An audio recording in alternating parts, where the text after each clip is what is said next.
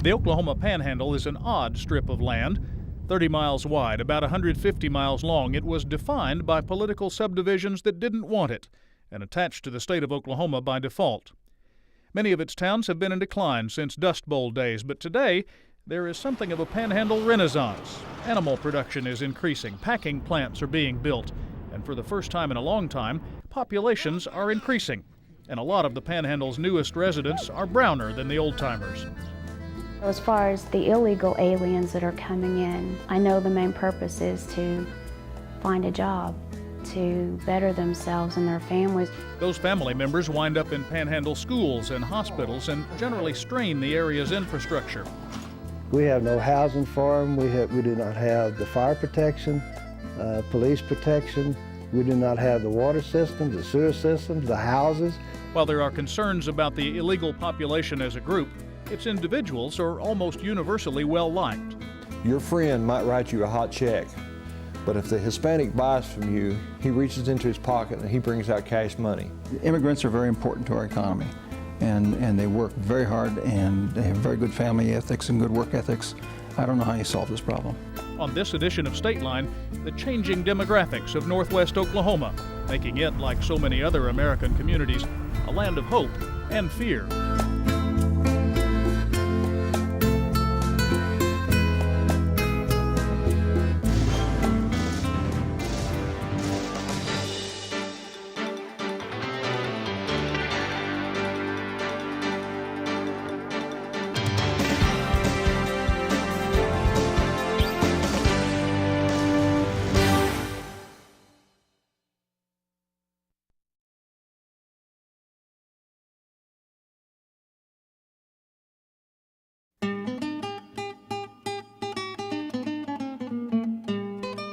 I can remember Hooker, Oklahoma, where that on Saturday afternoon, you couldn't hardly find a place to park.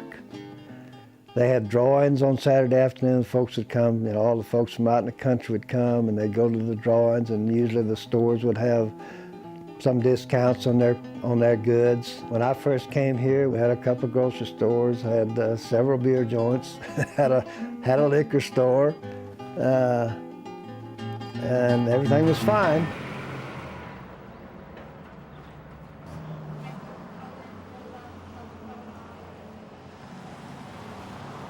Keep in mind that because of the low population that we have in this area, and it's been declining actually since the Dust Bowl, as you lose people, you lose tax base, you lose jobs, you lose infrastructure. The only thing is we've lost a lot of the businesses, of course everyone loses the farm implement dealers.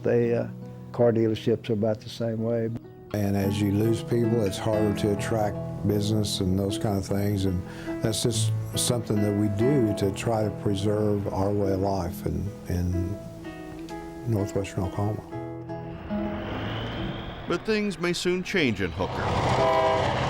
In October, Smithfield Beef announced plans to build a $200 million beef processing plant on this 650-acre plot, just outside this town of 1,800 people. It would be the largest beef plant in the United States in 20 years, and the company says it will create up to 3,000 jobs.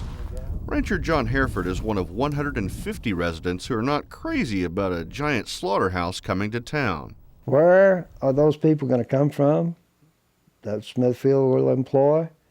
I think they'll come from Mexico and Guatemala and other countries, South American countries maybe. And as with the rest of those places, why be so naive enough to believe that a lot of those are not going to be illegals? I believe they will be. Of late, while there's been like elsewhere in the United States, there's been a higher influx, partly to do with packing plants in the area at Dumas and Guyman. At full capacity, as many as 5,000 head of cattle a day will be slaughtered. Construction was to begin in January, but the start has been postponed twice.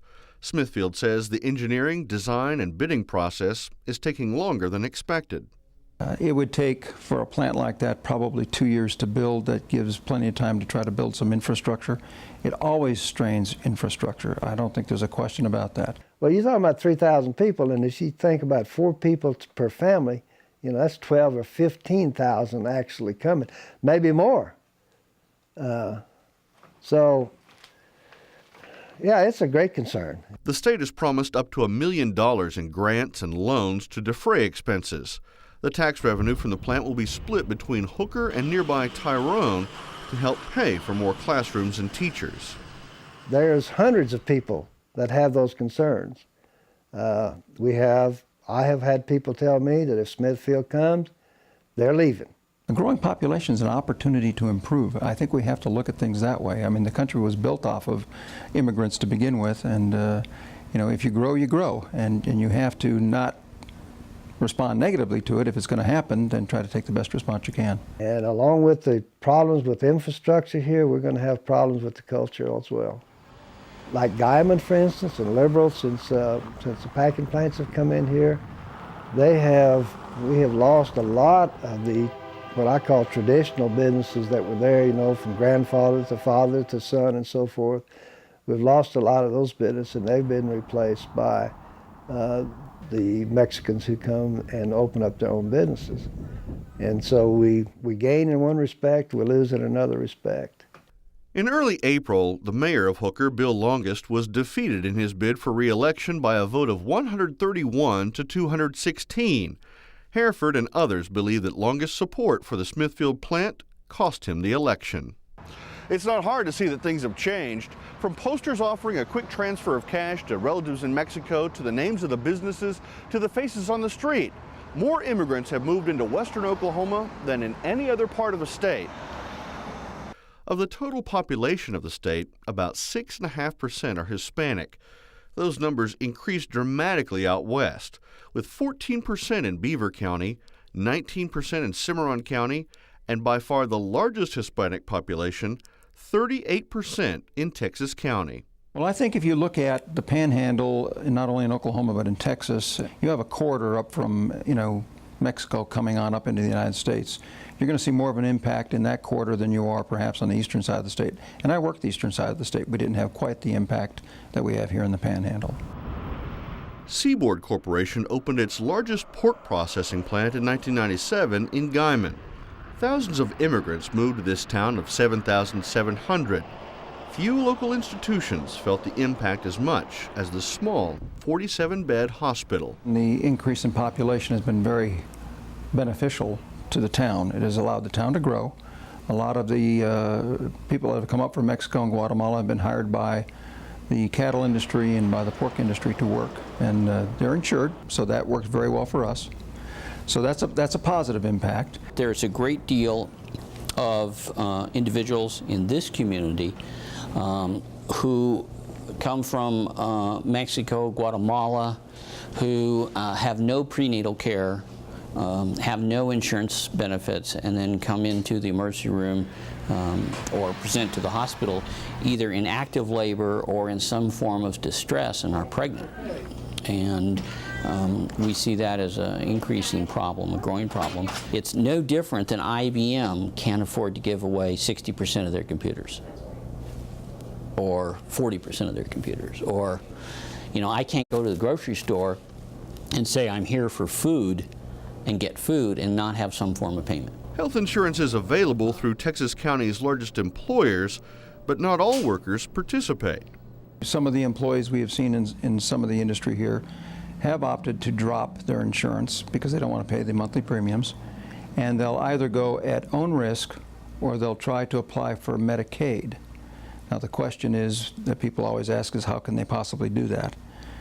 When you have a worker come up from another country that has an alias, they have insurance under the alias, but if they drop that insurance, then they use their legal name to try to apply for Medicaid.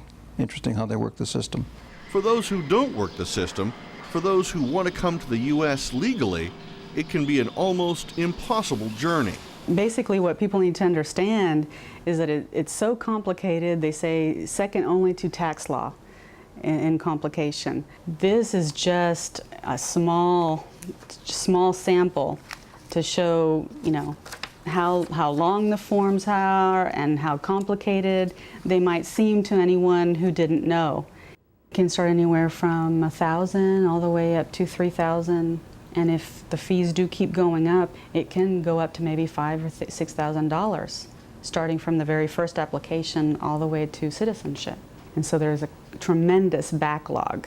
And so it takes years and years to wait. A 1983 federal regulation called EMTALA, or the Emergency Medical Treatment and Active Labor Act, requires all caregivers to provide emergency treatment whether patients can pay or not. If a laboring woman or anybody with a medical emergency presents to your emergency room, if you have the resources, you're obligated to take care of that patient. At the very minimum, you're obligated to try and stabilize the patient before transfer. The federal government does offer some help to hospitals. If undocumented aliens are treated in the emergency room, hospitals can file for reimbursement. That generally reimburses only 33% or 33 cents on the dollar for us. Well, when you look at the emergency room services alone, we bill approximately $1.5 million in services for self-pay in the emergency room. Of that $1.5 million annually, we're lucky to collect 3% or about $45,000. If you look at the hospital's bad debt overall is about $300,000 a month. To compensate for that, you have to be very efficient in your operations. Well, if that number keeps growing every year, it doesn't take Einstein to figure out that at some point in time you're going to be providing more care than you can afford to sustain with all the other sources of revenue for the hospital. Payment is not the only problem. More and more patients who come through the door have no way to tell the doctor where it hurts. If you're not native speaking, then at 2 o'clock in the morning we have to find a translator to fill the needs for communication. And that obviously puts some demands on us because we may not have a translator in the house at 2 in the morning. We have a standardized 1-800 number of a service that will get on the phone and speak with the individual and then speak with our nurses or with the physician and do the translations for us. We have to make sure that we hire people that are bilingual, that can communicate with the Hispanics that don't speak English, or with the Guatemalans that don't speak Spanish or English. And that's probably been the biggest challenge. We all should be ashamed of ourselves in this part of the state for not speaking Spanish. Everybody out here who works in school should be speaking Spanish right now.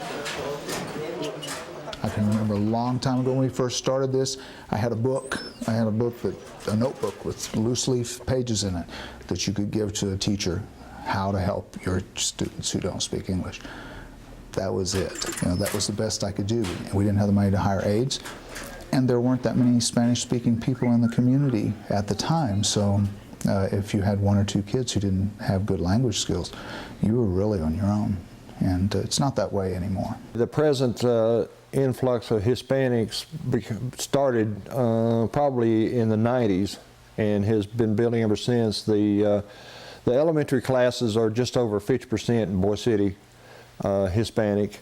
It's deceptive because their parents shop some out of town and they work some of them out of town. So you don't see the adult population as much as you do the youth. In the length of time that I've been here, I have seen an increase, especially in the lower grades. We've had an increase from maybe 40–50% Hispanic children to around 60% in kindergarten and first grade.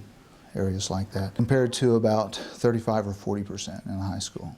Testing, attendance, and graduation rates under No Child Left Behind have been met, even by students who speak English as a second language. The kids who have a little difficulty communicating as Hispanics, there's a base of other students here who communicate just fine and speak Spanish and English and that kind of thing. Those students typically will kind of take those kids under their wing and help them integrate socially into the school. When I moved here, it was everybody that I talked to that knew Spanish was talking both perfect Spanish and English. The other Hispanics help the ones that can't speak English, and the Hispanics that can, they help them out. We've had one student who doesn't know a bit of English, and there's been a few students around here helping him, and they translate for him, and they help him with his schoolwork, and they just help him adjust from learning a new language. Now he's learning quite fast. 12 years ago, the Boise City School District had about 450 kids enrolled. Today, the district has just 260 students. Now, all the districts in Cimarron County combined had the number of students that Boise City alone had in 1995. I think that's pretty dramatic, really, to lose about half the population out here in 10 or 12 years. If the Hispanic population hadn't risen, if the Hispanic population hadn't come in, then the population drop in this part of the state would be even more dramatic. It takes everybody contributing their part. And in a lot of communities where there are a lot of folks, there are a lot of people who don't feel like they matter that much, I guess, you know. But in a place like this, everybody matters. For me, the biggest issue, the bottom line for all of us is how do we do the best things that we can for these children? How do we do the best job that we can so that a kindergarten child who comes in here and doesn't have the same language skills as a child sitting next to him or her will, by the first grade, second grade, at some point there, early in their life, they're on an even playing field with those other kids in reading, math, and all the other things that we do here. It's not a situation here, at least for the most part, where it's us and them or we and they. It's a situation where we're all in this together. We see students from here going out into the world and doing good things, just like you would from a lot of schools, you know, where everybody just kind of does their job, and kids are allowed to be successful based on what they can do, not necessarily on who they are. Okay, more up by our guns, and even some on the fronts of our teeth.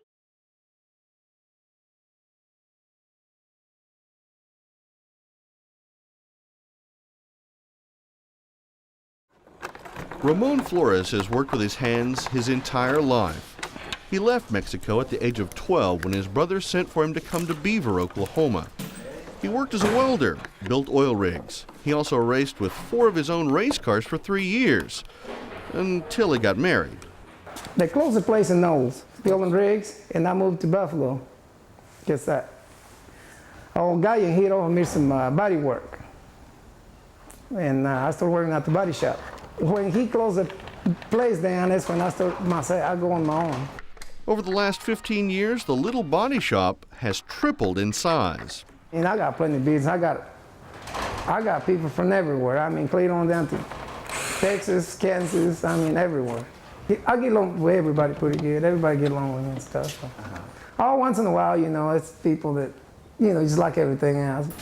Flores has helped several immigrants become business owners themselves. I mean, I show a lot of people how to do it. It's people, they right now, they own their own business. You know, I show how to body work, you know, they own their own business now. 3 or 4 that come out of here, you know, that pretty good. He's been a very successful businessman. We're very proud of him to have him in our area. You got to work hard. Business, it's you got to be with it all the time. That's it. Flores and his friends have plans to build upon the success that they have found in Oklahoma. Might build a bigger shop or buy another shop or something, I don't know. I mean, yeah. I might start selling vehicles. Fix and put maybe a car lot, you know, just I'll buy vehicles and fix them up and resell it and stuff like that.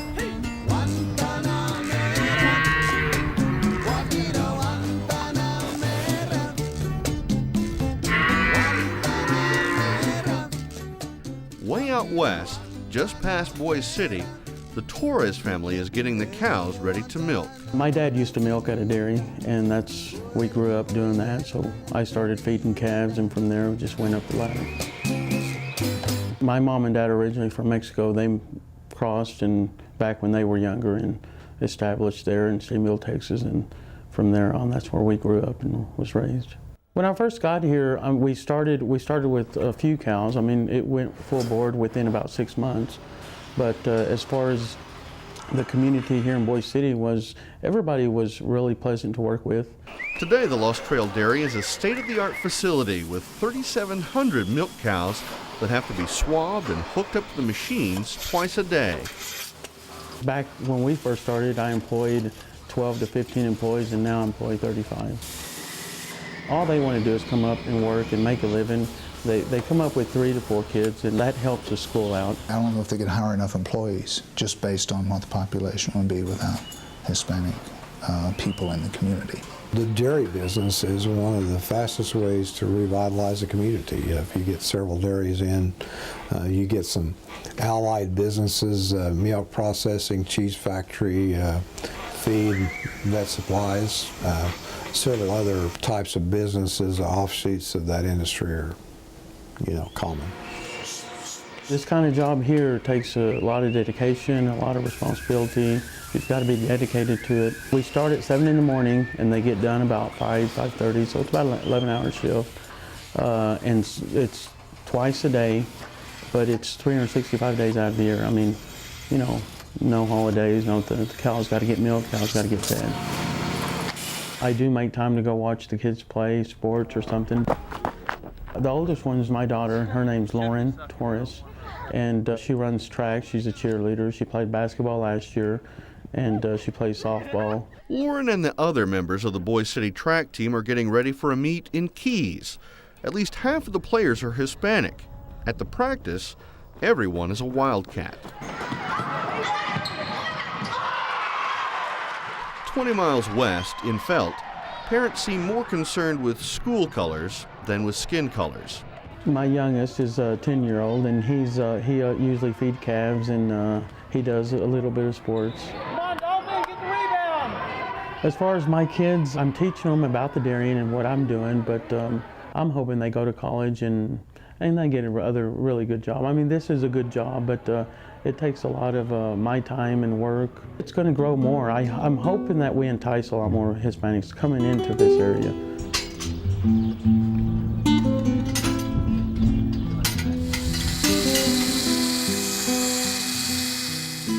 To actually enjoy going to work every day, that's something that a lot of people can't say. They can't say, I want to get up and go to work in the morning, and this is something that I really enjoy doing. After years of turning antlers and horns into works of art and furniture, Sally Irvin fulfilled a lifelong dream. As an artist, I really enjoy the bright and vivid colors. If you take a look at a lot of Mexican art, there are a lot of bright colors. It really does influence me because as you can look around the shop, I use that bright and vivid color in things that I do. Sally's antler art is among the first wave of new businesses changing woodward. I have noticed the Hispanic population exploding here. All of a sudden, I'm just not like the only brown face in the crowd. It's just been kind of snowballing. You go to the grocery store or to the park, and I'm just realizing that more and more there's almost as many Hispanics as there are any other race. There are those people that you don't really get any kind of verbal response from them, but I do notice the change in the attitude or the stiffening of the body. And I've just learned over the years to just avoid people like that have some kind of a racial issue. And there's plenty of people here that don't have any kind of racial bias. Sally's success is the fulfillment of a dream passed along for generations and made possible by determination and hard work. My grandfather, my dad's dad, he was a sheep shearer, so him and the boys would go out and to these large farms, and they would camp there and just shear literally thousands of sheep until they got done, and then they would move on. My dad, he was a migrant farm worker when he was younger, so from where he grew up, he brought us a long way. And it's really watching them struggle, to give us everything that we needed to continue that. Like with my children, whenever I started that small business, it put in their minds that this is something that they can do. My little boys, My little ones are 5 and 6. And so for Christmas, they packed these little candy bags and sold them out of the shop. We put it in a basket, a giant one, and it was almost filled to the top. It was going great. We had a pile about like that big. It was going fast. And it was great to see them find that, they're finding that drive young, you know, and just the belief that they can do it. And that's something that I'm leaving them. The Census Bureau and various research organizations put the number of illegal aliens in the United States between 8 and 20 million people. The vast majority of U.S. population growth in recent years has been attributed to immigration.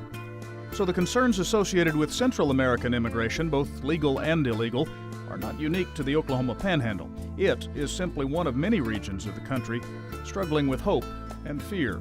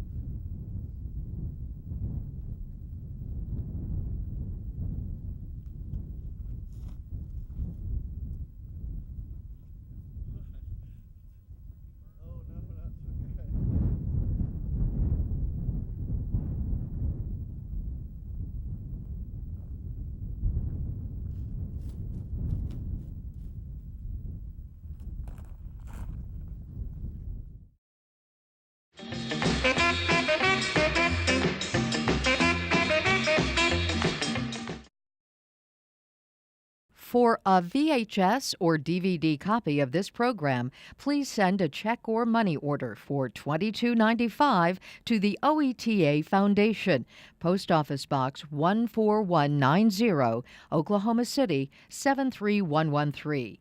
Or to place a credit card order, call 800-879-6382 during regular business hours.